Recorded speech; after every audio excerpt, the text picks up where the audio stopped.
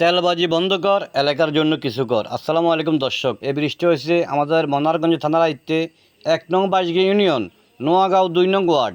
অবহেলিত গ্রাম থাকলে একমাত্র নোয়াগাঁও গ্রামটা অবহেলিত আছে উন্নয়নের দিক দিয়ে, রাস্তাঘাটের দিক দিয়ে।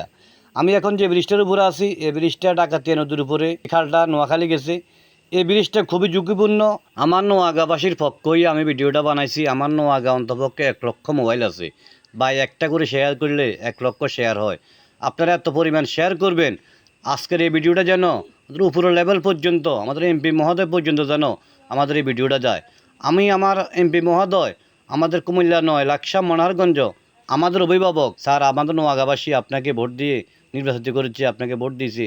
নোয়াগাঁবাসীর প্রাণের দাবি নোয়াগাঁ পশ্চিমপাড়া এই ব্রিজটা আপনার কাছে আমরা চাই। এই ব্রিজটার কারণে আমাদের নোয়াগাঁবাসী অবহেলিত পড়ে রয়েছে। অসুস্থ হইলে ডাক্তার কাছে নিতে পারতেছে না, একটা গাড়ি চলাচল করতে পারতেছে না।